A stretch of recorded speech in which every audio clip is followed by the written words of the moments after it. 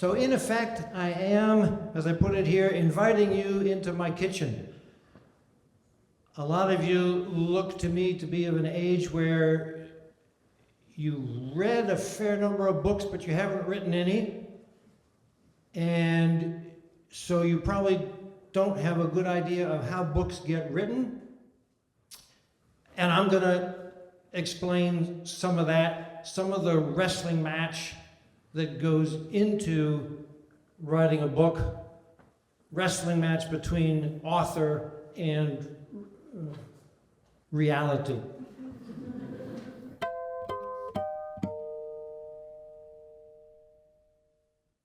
Good evening, everyone. My name is Prasannan Parthasarathy, and I'm Professor of History here at Boston College. And it's my great pleasure to welcome you to tonight's Lowell Humanities Series lecture. Tonight's speaker is Professor John McNeill, who is widely acknowledged to be the leading environmental historian of our times. Professor McNeill is a distinguished university professor at Georgetown, where he has taught since 1985. As a member of both the History Department and the School of Foreign Service, Professor McNeill teaches courses in environmental history, world history, and international history. Professor McNeill is the author of 8 books. He has received a number of accolades for his work. He has served as president of the American Society of Environmental History and the American Historical Association. He has received a Distinguished Scholar Award from the American Society for Environmental History, the Heineken Prize from the Royal Netherlands Academy, and a Pioneer of World History Award from the World History Association. He's also a fellow of the American Academy of Arts and Sciences. I'm delighted that Professor McNeill is with us tonight.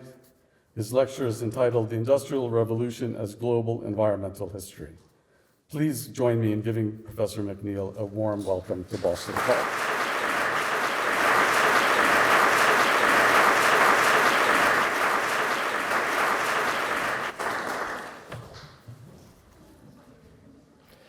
So thanks, Prasannan, for that wildly exaggerated account of my career and talents. Only my mother would believe all that. I'm going to talk today about another book, a book that I haven't written, but I'm preparing to write about the environmental history of the Industrial Revolution. And as you can see here, I've added 1780 to question mark, question mark, question mark. That feature is going to become clearer, I hope, as I go along. So here's what I'm hoping I'm going to do. We'll see how it goes. I'm going to be talking about a piece, well, 4 pieces of the next book. I'll show you the plan of the whole thing. I'll explain what I'm aiming to do, or at least consciously aiming to do. There may be things I'm aiming to do that I don't know about. I'll explain one of the key concepts in this project, which I call ecological teleconnections. The 4 examples concern Spanish lead, North American bison, sperm whales, East African elephants, in the context of which I'll briefly explain the term keystone species, which is by no means mine. It's normal jargon in ecology. And then at the end, I'm going to show you some of the dilemmas that I feel I'm facing, some of the unresolved questions that I have. I'll welcome your suggestions about how I ought to wrestle with these questions. So in effect, I am, as I put it here, inviting you into my kitchen. A lot of you look to me to be of an age where you read a fair number of books, but you haven't written any. And so you probably don't have a good idea of how books get written. And I'm going to explain some of that, some of the wrestling match that goes into writing a book, wrestling match between author and reality. So that's the plan. And this is the plan of the book as a whole. Part one, not all that interesting to me. But if you're going to write about the Industrial Revolution from an environmental point of view, you probably can't ignore the localized pollution effects, air pollution, water pollution, of industrial production. Lots of historians have had plenty to say about this already. I do not anticipate that I have anything new and interesting to say, but I feel I'm going to have to provide an overview of that anyhow. But I'm going to say virtually nothing about that this evening, because it's actually part two of this that I find most interesting, and where I hope, I have something that other people will find worthwhile as well. And the parts that are bolded in yellow are the parts that I'm going to be talking about tonight. But you can see there's several pieces of this concerning fibers, concerning metallic ores, possibly concerning foodstuffs, although I'm not really sure I'm going to do this, and a few other substances that you may be forgiven for never having heard of, gutta percha and quebracho, that probably are going to go into this book, but in the interest of time, I'm not going to speak about them tonight. And then maybe there'll be a part three to this in which I carry the story of the Industrial Revolution into the present and try to deal with the rapid and ongoing industrialization of East and Southeast Asia. I'm not sure I'm going to do that. I'm not sure I'm properly equipped to do it, but I'm thinking about it. I've done many things as a scholar for which I was not properly equipped, and so I'm in the habit. Here are my conscious aims in the project. I want to change how everybody who ever thinks about the Industrial Revolution thinks about it. I want people to recognize that it was not only an economic and social transformation, but equally fundamentally, and from the outset, also an ecological transformation.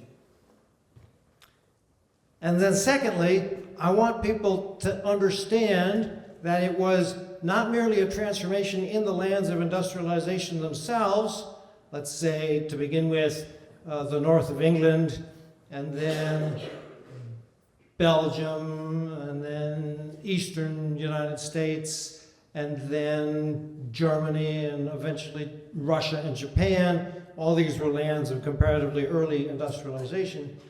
No, beyond that, it was also a fundamental transformation in the four corners of the earth, if a globe can have corners, which it can't.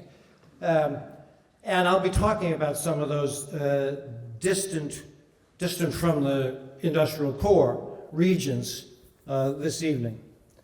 So those are my ambitions.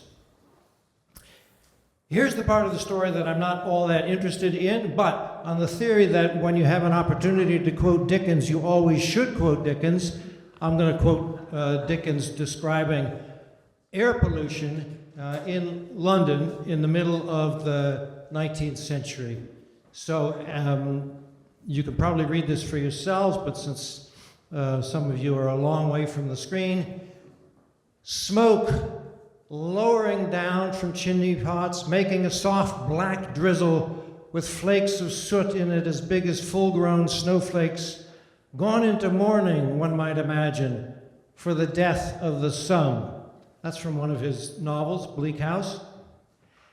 So this is an important feature of industrialization, the air pollution in places like London, and even more intense air pollution in more purely industrial cities. Manchester is the classic example. But it doesn't have what I'm most interested in, the teleconnection feature. So I use this term, ecological teleconnection. The word teleconnection is stolen from atmospheric science, and it simply means an effect somewhere that has a consequence very far away. And there's lots of this in atmospheric science and climate science. I'm going to steal that, I've already stolen it, and use it to describe the phenomenon that's at the center of this book project, which is consequences of industrialization here playing out way over here in ecological transformations. Now, I describe it here as material links between factories themselves and far-flung ecosystems that produce the raw materials, as economists would call them, or commodities, as economists would call them, or ingredients, as I intend to call them. And the reason I want to use the word ingredients rather than the language of the economists is because I don't want to carry the baggage of those terms as they are used in economics. So I'm using an equivalent term. One of the weaknesses in this concept is I have no grounds for deciding what qualifies as a teleconnection. Is it 500 miles away? Is it 1,500 miles? Does it matter what the state of transportation technology is between place A and place B? I haven't sorted that out, and any sorting out that I do is going to have a gigantic arbitrary component to it. So I'm thinking of dodging it altogether, but I know that book reviewers will catch me out on it if I do that. So I'll figure it out. It's not such a huge issue. Here's my first example. In fact, I will say that a Boston College undergrad helped me a little bit with this, doing a little bit of research in Spain.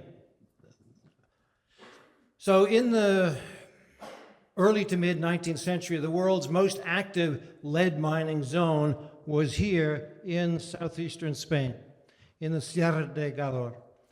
And you can see some of the data here. It's not a tall mountain range, about 7,500 feet. 30,000 people were working there at the height of the mining boom. And the lead that they got out of this mountain range was overwhelmingly exported to Britain for making things like lead pipes and roofing and lead paint and a few other things, also used as alloy in the metallurgical industry. So the main reason why the Sierra was being mined intensively was because Britain needed a lot of lead in industrial processes. The lead had to be smelted. Lead always comes as part of a mineral ore. And so that ore has to be heated to high temperatures in order to get the lead that is useful. And that meant that just about everything that could burn in the region was burned in order to help smelt the lead.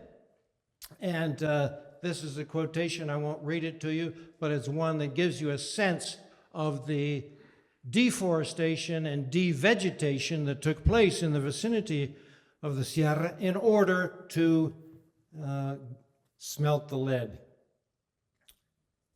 And eventually, that mountain range was almost completely denuded of vegetation and therefore opened to accelerated soil erosion in a way that it had not been probably in more than 10,000 years. And interestingly enough, that soil erosion changed the Spanish coastline, the Mediterranean coastline. It changed the path of the river that drains the mountain range, which used to flow into the sea here. It now flows into the sea here.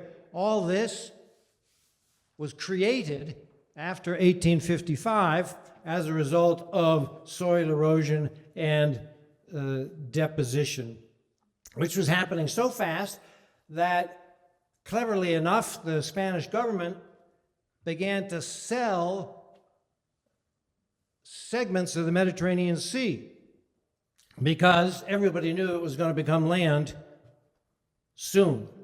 So it was land speculation, but in a sense it was sea speculation, something you don't encounter very often. Nowadays, that new delta is used for raising berries and flowers under plastic. It's reasonably profitable agriculture. So in a sense, what happened to the Sierra isn't necessarily an environmental disaster. It's worked out for the people who own this new land that didn't exist in the middle of the 19th century. Somebody's making good money on it. And some people, a lot of them are Moroccan immigrants, are at least making a living working in it. So I say here the story is not so declensionist. Declensionist is jargon. My academic tribe, the environmental historians, has one word of jargon, and that is declensionism. And what it means is essentially everything's always getting worse and worse. And a lot of environmental history is declensionist. But this episode, I would say, is not actually declensionist. Bad for the mountains, good for the seacoast, and it's actually probably better for more people than the number of people for whom it's been a bad thing. That's not easy to quantify, but I think that's the case. Now I'm going to get into 3 other cases involving big animals, each of which is, in the jargon of ecology, a keystone species.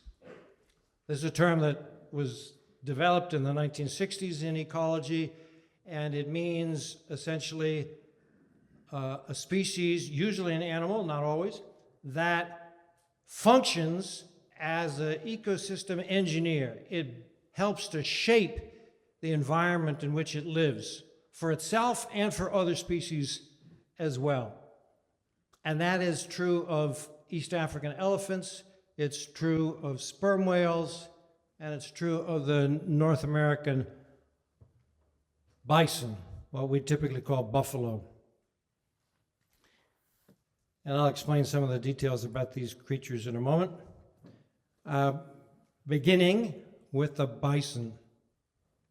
So in the midsection of North America, 200 years ago, there was somewhere on the order of 20 to 30 million bison running around. And as of about 150 years ago, 170 maybe, only 1,000. That's a big change. It's probably the largest, fastest reduction in biomass in the history of life on Earth for probably since 65 million years ago, and that asteroid hit the Yucatan. Again, not something that can be reliably quantified. So, why were there so many bison as of 1800 or 1820? This, to me at least, is an interesting story. The main reason for it is things that happened 10, 12, 14,000, even more years previously. There used to be a whole lot of big animals, herbivores mainly, on the move in the heartland of North America. And then most of them went extinct at the end of the geological epoch called the Pleistocene, which started about 2.3 million years ago and ended about 11,700 years ago. These are called the late Pleistocene extinctions. There are arguments about why they happened. Most of the specialists think that human hunting had a big role in it, but maybe climate change was involved, maybe some animal diseases were involved. Nobody knows for sure. At any rate, as of about 11,000 years ago, this landscape was colonized, you could say, by the bison. They were too difficult to hunt efficiently with the technologies and capabilities that the very few people in North America had at this time. So, as I put it here, they stampeded into an empty niche and created a bison steppe. Steppe means comparatively dry grassland. And they remained kings, you could say, of the bison steppe for 10,000 years or more. Humans still hunted them, but had no impact upon bison populations, as far as we can tell. That's why there were so many bison. Then, horses returned. Horses had been one of those big animals in the middle of North America, but they went extinct in North America. But there were horses elsewhere by that time. And then they came back in the 16th century thanks to the Spanish colonization of parts of the American hemisphere. The Spaniards brought horses with them. Eventually, some of those horses broke free and recolonized the heartlands, the grasslands of North America. And when they did so, Native American peoples quickly mastered the equestrian arts, became good at riding and raising horses, and very quickly became a whole lot more efficient at hunting bison from horseback. And various people, one could say, colonized the Great Plains of North America, coming from the east, coming from the west, Lakota, Cheyenne, Comanche, Kiowa among them. And they started hunting the bison more efficiently. Bison numbers were probably in slow decline as a result of that. Probably, not certainly. And the bison were also in competition for the grass with horses, wild horses in particular. And then that bison population decline accelerated because of mainly market hunting. Now, droughts might have had some role in this, and there were droughts in the heartland of North America, pretty significant one, 1856 to 64. Could have been some animal disease going on. There's no evidence for or against that proposition. But in any case, I think it's safe to say that market hunting was the biggest driving force behind the near extinction of the bison. Slowly at first, then faster. And the main reason it got faster is because of the suitability of bison hide for industrial belting. All those textile mills around the greater Boston area derived their power either from water or steam engines. And in either event, they needed belting to transfer that power to a power loom and to other machines as well. And other factories and industrial installations also needed industrial belting to transfer power from a steam engine or a water mill to, let's say, saws. All sorts of industrial installations needed this belting. And bison leather made better belting than cow leather. It was stronger, and it was also stretchier at the same time. It lasted longer. And so there's an enormous market, mainly in eastern North America, but bison leather was also used on some scale in Britain from the late 1860s through about 1880 when it became too scarce because the bison were almost completely killed off by market hunting. Railroads had something to do with it. They made it easier to get bison products to market, easier for hunters to get at the bison. And another component of this that I don't want to lose track of, and it's one that applies to my next two examples as well, is that the bison steppe was, so to speak, an unregulated commons. There were no rules about who could hunt and who could take how many bison. And that's a necessary precondition for the near extinction of the bison. So what happens if you take 99.9% of the bison out of the ecological equation in the midsection of North America? A whole lot of things is the short answer. And I've listed a handful of them here, but the two I want to draw your attention to are the survivability of the environment for other creatures in snowy winters and in dry summers. Bison made this landscape easier for other animals. A good example of that would be antelope. Bison snow-plowed paths through deep snow in the hard winters. Without that, antelope can't move, and they would starve to death. In the summertime, bison wallows. Bison like to lie on their backs and wiggle a whole lot. They're trying to get insects off of their hide. But in doing that consistently, they create depressions that gather water. And in the summertime, these artificial ponds can help not only bison, but other creatures survive because there's surface water that they can get at. And in a dry summer, animals that would otherwise die of thirst can survive if there are enough bison wallows around. Take the bison out of the equation, and the antelope and a whole lot of other species suffer as well. And antelope populations did decline. That's pretty well documented. So that's the ecological teleconnection that had ecological reverberations for other critters in the ecosystem of the bison steppe. Here's my second big animal example. Sperm whales, also relevant to eastern New England, because Massachusetts was the heart of the American whaling industry, which was at its height in the early 19th century. It peaked in the 1840s.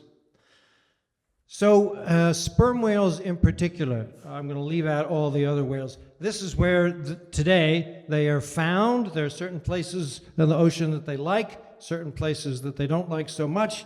The main reason is because they have a diet that is heavy on squid, including giant squid, which live deep beneath the waves. And sperm whales are the only thing that eat giant squid. People had done some shore hunting of whales, including sperm whales, for thousands of years with virtually no impact on whale populations. But in the 19th century, pelagic whaling, deep sea whaling, particularly from Massachusetts harbors, New Bedford, Nantucket, above all, got underway, and the Yankee whalers were too efficient for their own good and certainly for the good of sperm whales. In 1800, there were probably on the order of 2 million sperm whales in the ocean. By the time the New England whaling industry wound down, that number was reduced by approximately a third. It's hard to know how many sperm whales there were at any given time. It is the work of geneticists that's responsible for this estimate. And please don't ask me just how geneticists arrive at these calculations, because I've tried to understand it and I don't. But I'm willing to take them at their word for now. So why did all this happen?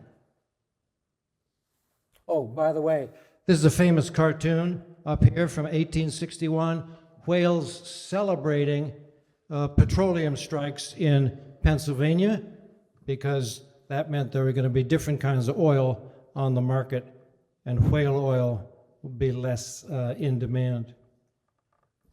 So, sperm whale oil in particular, and there's some details here that I'm not going to go into, it was great as a machine lubricant, and it was great as an illuminant for lamps and candles. In particular, for high temperature and low temperature applications, there was nothing as good as sperm whale until the middle of the 20th century. And if you haven't yet read Emil Friedrich's Practical Treatise on Friction, Lubrication, Fats, and Oils from 1916, you may not know that it retains its low viscosity under heat better than any other oil. That's its merit for industrial applications. It was really important in fine tolerance machine work, making watches, making guns, and things like that. But it was also used in locomotives. They have to be functional in really cold environments, really hot environments. It was wonderful. It was also used as an illuminant, and I have this particular hypothesis that it was connected to industrialization in that the mill towns of Eastern North America and the British Isles were in the business of recruiting a female teenage labor force to work in textile mills.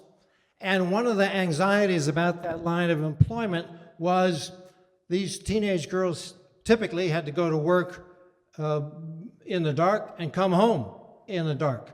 And mill towns that could illuminate their public spaces sufficiently had a better chance of recruiting the farm girls who often made up a big part of the textile mill labor force. I haven't researched this yet. I could be totally wrong about it, but it makes sense to me. At any rate, sperm whale oil was also great as an illuminant. That was its second big market. I think, as I've said, that too is connected to the trajectory of industrialization, both in Eastern North America and in the British Isles. Hence the pressure on all these sperm whales. And what happens when you subtract about a third of the sperm whale population from the oceans? Well, a lot of things happen. They are important ecologically in the marine space for a number of reasons. But the most important one is that they, like all other whales, but sperm whales more than any other whales, fertilize the upper layer of the ocean. So when they go down to get giant squid, they sometimes go down as much as a kilometer, almost 2/3 of a mile beneath the surface to get their food. Then they come up to the surface and they digest and they socialize, and to use the scientific jargon, they poop. And in so doing, they release large quantities of the nutrients that phytoplankton and therefore the rest of marine ecosystems depend upon. So you take sperm whales out of the equation, you reduce the extent of phytoplankton populations and therefore almost the entire marine food web. This is called whale pump by specialists. You can't see this unless you have unbelievably good eyesight, but you can probably get the gist of it. They pump nutrients up to the surface, nutrients that would otherwise be lost to the top layers of the ocean where sunlight can stimulate photosynthesis and make phytoplankton bloom. So without sperm whales, you get a very different marine ecosystem. Last example, East African elephants.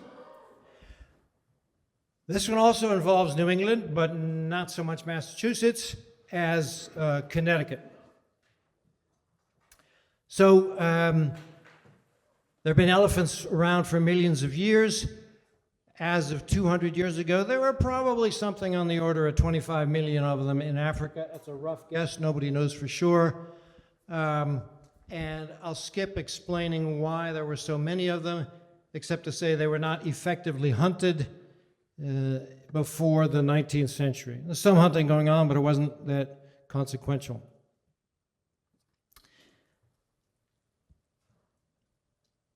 In the early 19th century, a man of the cloth in Connecticut invented a saw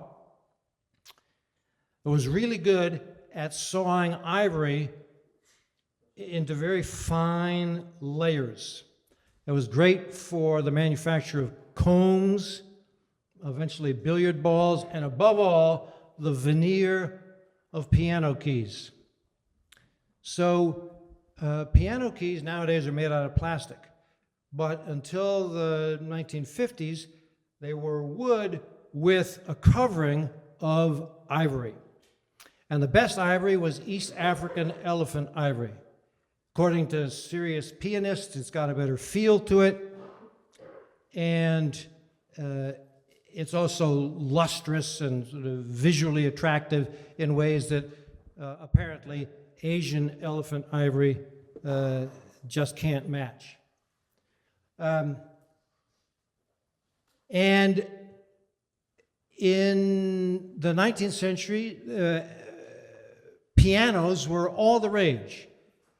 Every bourgeois parlor and every bordello had to have a piano. And even Boston College, Gaston Hall, apparently had to have a piano. This one is locked, so I couldn't see if the keys are ivory or plastic, but it looks kind of elderly, so there's a good chance there's African elephant ivory in that piano to my right. The piano keyboard industry was centered in what was called Ivoryton. It's now Essex, Connecticut. It's on the Connecticut River between Hartford and New Haven, about 100 miles from us tonight. And as the market for pianos grew, the market for piano keyboard manufacture grew. And as I write here, it peaked in 1909 with nearly 400,000 keyboards made annually in the world, and half of them were made in Ivoryton, Connecticut. And then they were shipped to various places where pianos were assembled. Ivoryton accounted for about half of African ivory exports after 1840, until the First World War, and accounted for a large share of the depopulation of elephants in East Africa, which I'll get to in a moment. So these pictures, this is from Zanzibar. These are probably enslaved workers. So are these guys carrying elephant tusks on their heads, which would ultimately be shipped from Zanzibar to Essex, Connecticut, for the piano keyboard factories, of which there were two. Here's what I was talking about, the thin, sort of wafer-thin sliver of veneer on top of a wooden key.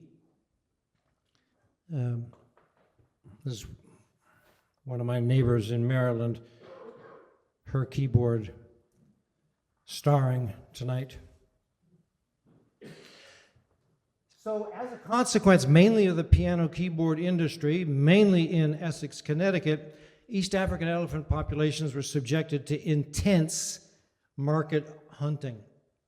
And populations fell, probably by about half between 1840 and 1914. Again, it's an estimate, nobody really knows for sure. This slide is one of my favorites because it was made by chemists. They sampled a whole lot of ivory objects in museums and quantified the carbon, nitrogen, and strontium components and matched them against soils in East Africa to plot on this map where the elephants lived, where they did their eating, and where their tusks grew, that provided ivory that became a museum object in Europe or North America. Now, because they were chemists and not historians, they didn't put dates on these little elephant symbols. I wish they'd consulted me about this, because what you don't get from this is a sense of the elephant hunting frontier moving inland, particularly from Zanzibar here, hundreds of miles, eventually across the East African Great Lakes into what's now eastern Congo. But these maps, done by an anthropologist, can give you a little bit of sense. The key is illegible to you, but one of the big things to notice is these dotted areas is where the elephants had been exterminated by 1890. And there's almost no such zone in 1840, but by 1890, there's a sizable such zone. And the elephant populations were depleted elsewhere, if not exterminated. This is primarily, not exclusively, the work of the keyboard manufacturers in Connecticut. So what happens when you take maybe half of the elephants out of the equation? Lots and lots of things. But the biggest thing is the impact on vegetation. With fewer elephants, you get more forest and less grassland, because as keystone species ecosystems engineers, the big thing that elephants do is knock over trees and trample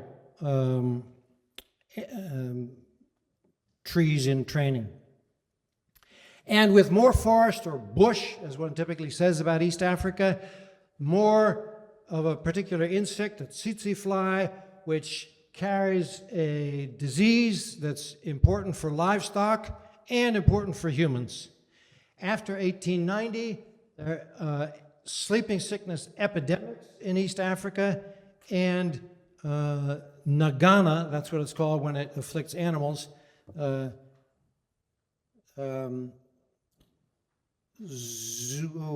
epizootics.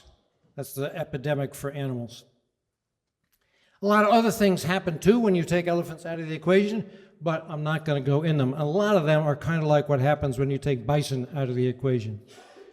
Here's an elephant having a snack, knocking over a tree to get at the roots. Now, the last thing I want to say about the bison, the sperm whales, and the elephants, and I better say it quickly, is that they probably also had something of an impact on climate change from the early 20th century to today, because all of them had an effect on where the carbon goes. So bison, their grazing encouraged certain kinds of grasses with huge underground root systems. Cattle encourage different grasses, and indeed ranchers sometimes seed different grasses, ones that have almost no underground root system.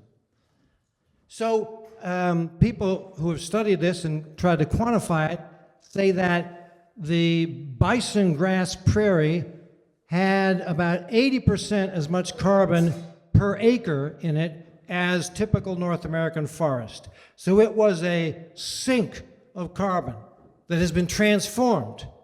That carbon is elsewhere. It's no longer underground in the roots of grasses, and some of it is in the atmosphere. Similarly, with whales,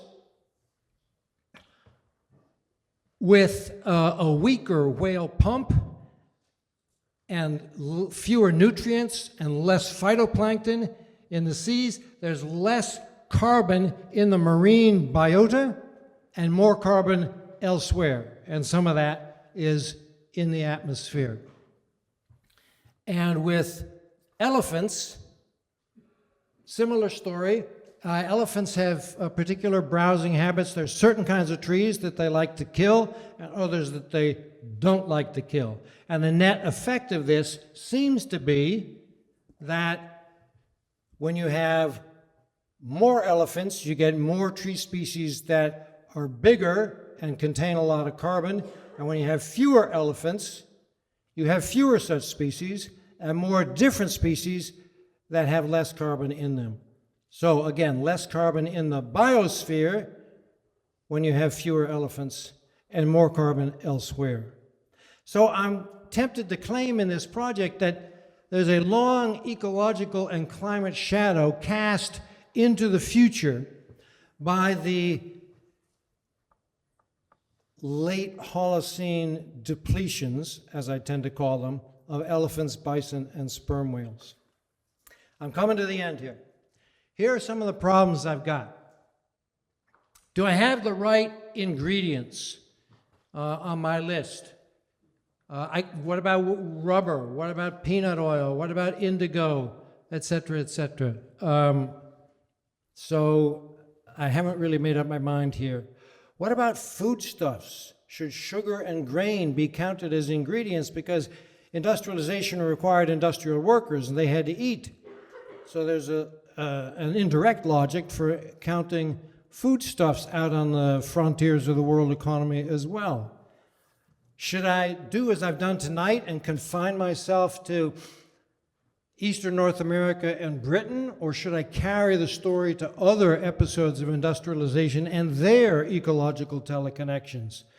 Russia, Japan, etc. Should I really include that part 3 on the contemporary history of East and Southeast Asia? Am I organizing this the right way with chapters about ingredients one at a time? Or is there a better way to organize it? And as an editor at a publishing house is counseling me to do, should I scrap everything and only include the big animals, charismatic megafauna? I've done a lot of work on the other pieces of this, so I am disinclined to follow that advice. He's thinking about revenues, and he's really sure that if I were to go with his publishing house, that they'd make more money if I just did those 3 stories in more detail rather than 10 stories in less detail. But it would cost me a whole lot of wasted effort, so I'm not sure. I'm going to end this early in the 20th century. Why? Because I've already written a book about global environmental history in the 20th century, and I don't want to revisit that ground. But I need to concoct an intellectual justification for what I'm going to do.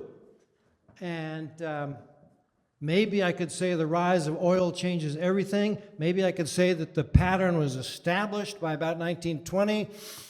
I need to find something. I mean, I could be honest about it, but it would be better if I could have a convincing intellectual rationale. And then there's the last big lingering questions. Do I want to make the case that there are ecological teleconnections in time as well as in space through the operation of the global carbon cycle and the climate system? That would confuse the concept of ecological teleconnection, but it might make the whole work more interesting. So I need to decide that as well. And lastly, but not leastly, if that were a word, I haven't used the word colonialism and I haven't used the word capitalism tonight. What am I going to do about that? Every 19th century global historian is preoccupied with capitalism and colonialism. So some of the stories that I intend to tell happened within the context of colonial empires and some did not. Just about all of them happened within a context of a growing and ever more integrated capitalist system. Do I want to focus on that? I don't think so. Because to the extent that I focus on those issues, I will draw attention away from what I think is new, different, and interesting here, the ecological teleconnection concept, and make it more conventional. But if I don't say anything about capitalism and colonialism, well, my professional colleagues are going to hammer me with big, heavy mallets for the rest of my life. So what do I do? All right, this is really the end. So this is a humanities lecture, and I've given you a heavy dose of ecology and a little bit of climate and economic history and very little in the way of humanities. Although I like to think the humanities can embrace all these things that I have been talking about. But I thought I'd end with my grandmother's favorite poem, the poet laureate of the United Kingdom 120 years ago, John Masefield, pretty much forgotten nowadays. He wrote what I think might be the last non-ironic poem about the glories of commerce. And I'll repeat the last stanza to you in approximately the way my grandmother would. She had all this stuff memorized, hundreds of poems memorized. But I'm going to, I'll read it and then give you my version of it. Dirty British coaster with a salt cake smokestack butting through the channel in the mad March days, with a cargo of tine coal, road rails, pig lead, firewood, ironware, and cheap tin trays. So that's authentic Masefield, scans nicely. My version ends with a cargo of tine coal, whale oil, Spain's lead, bison hide, kiwi wool, Malay tin trays. So it's more historically accurate. It may not scan quite as well as Masefield, but that's my attempt to inject serious humanities into tonight's proceedings. Thank you for your attention. I welcome any and all questions, and particularly suggestions about how to deal with the questions that I've been stumbling over and wrestling with.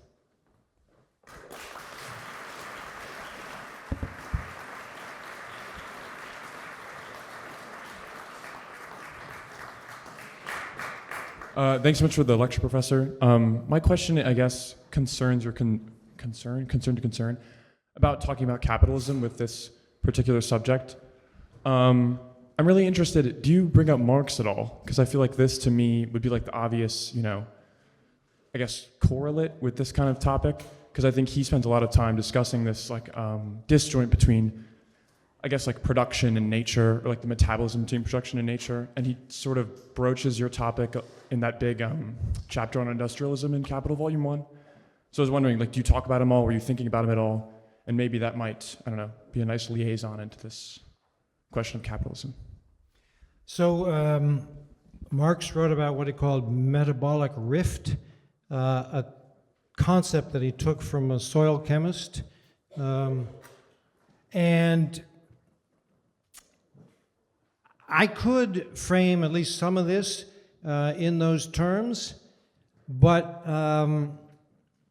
I would predict that I'm going to consign that term and discussion of metabolic rift to a footnote.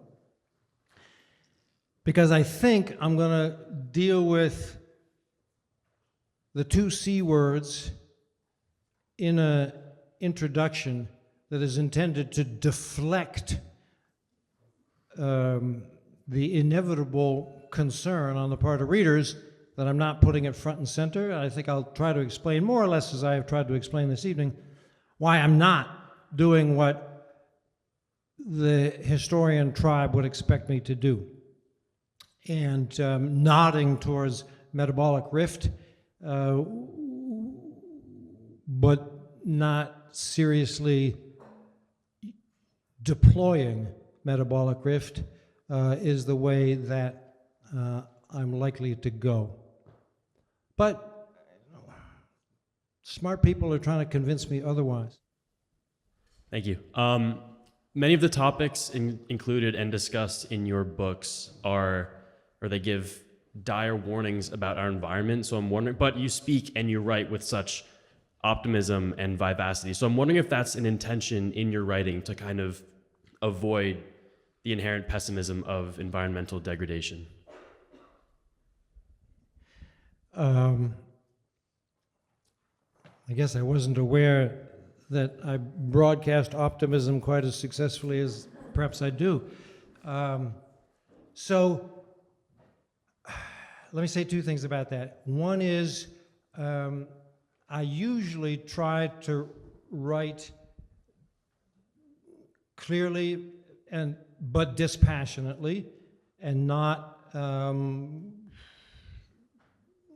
running around with what hair I have left on fire. That's a calculated choice on my part. A lot of writing in the environmental space is very different from that, and is by design intended to raise alarm. I tend not to write that way, but I think of myself sometimes as a stealth alarmist. That is, in dispassionate tones, writing as if I were seeing things from Olympian heights. I lay things out that I think are serious and deeply worrisome. And part of my agenda is that people should come to that conclusion without me telling them to come to that conclusion, but they should come to that conclusion because of the historical trajectories that I'm trying to lay out.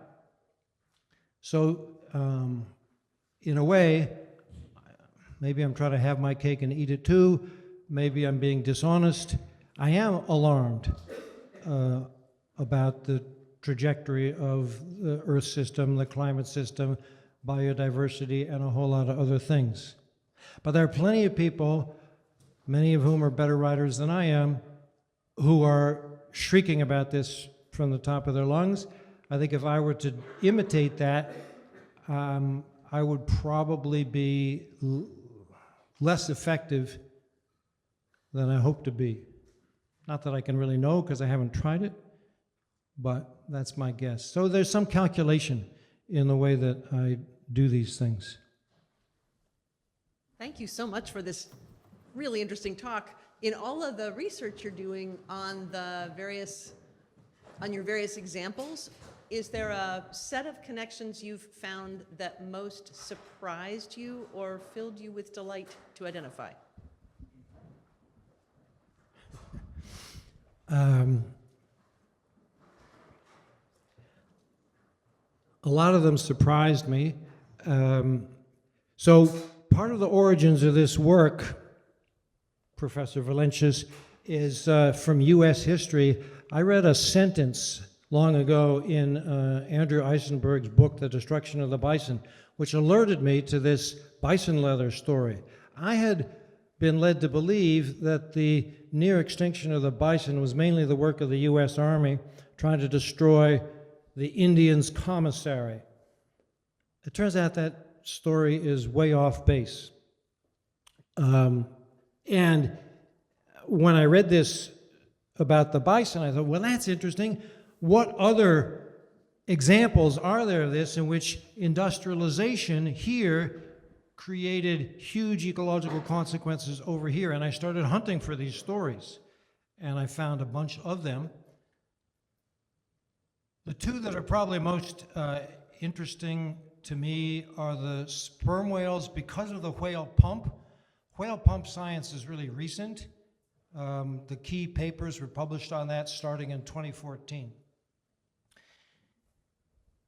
And then the other one that delights me is the gutta percha story, which I didn't go into tonight. Gutta percha is was used as insulation for undersea telegraph cables. In the late 19th century, something like, if I remember this correctly, 2 million miles of telegraph cable were laid linking every port city on the planet, and they were all coated with this stuff that came from one species of tree in Indonesia. And millions of these trees had to be cut down to get at their sap, which could be chemically altered and turned into this really good insulation, which, unlike rubber, doesn't corrode in salt water. It lasts for a very long time. I'd never heard of that story either. One of the things that I have been on the hunt for is stories that I think are not very well known. The bison story is probably the best well known of these, but even that, outside of your community of U.S. historians, very few people understand the connection that I'm drawing attention to. And the piano keyboard story, the number of people on the face of the earth who know that story is under 50. But it's super interesting, if you ask me.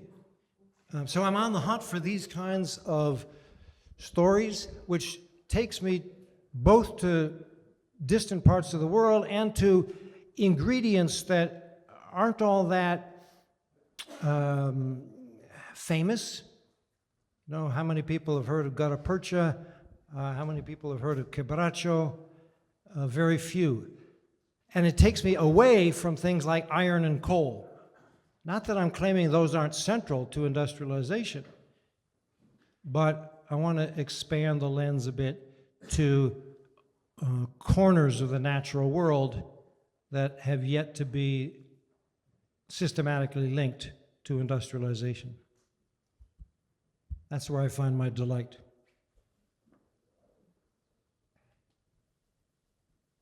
Thank you for a fascinating talk and for your work. I've never been at a talk where I've been invited to give an author advice as they're writing a book, and that delighted me. So I'm gonna take you up on that. As someone who has used your work in classes for many, many years, I would say listen to your editor.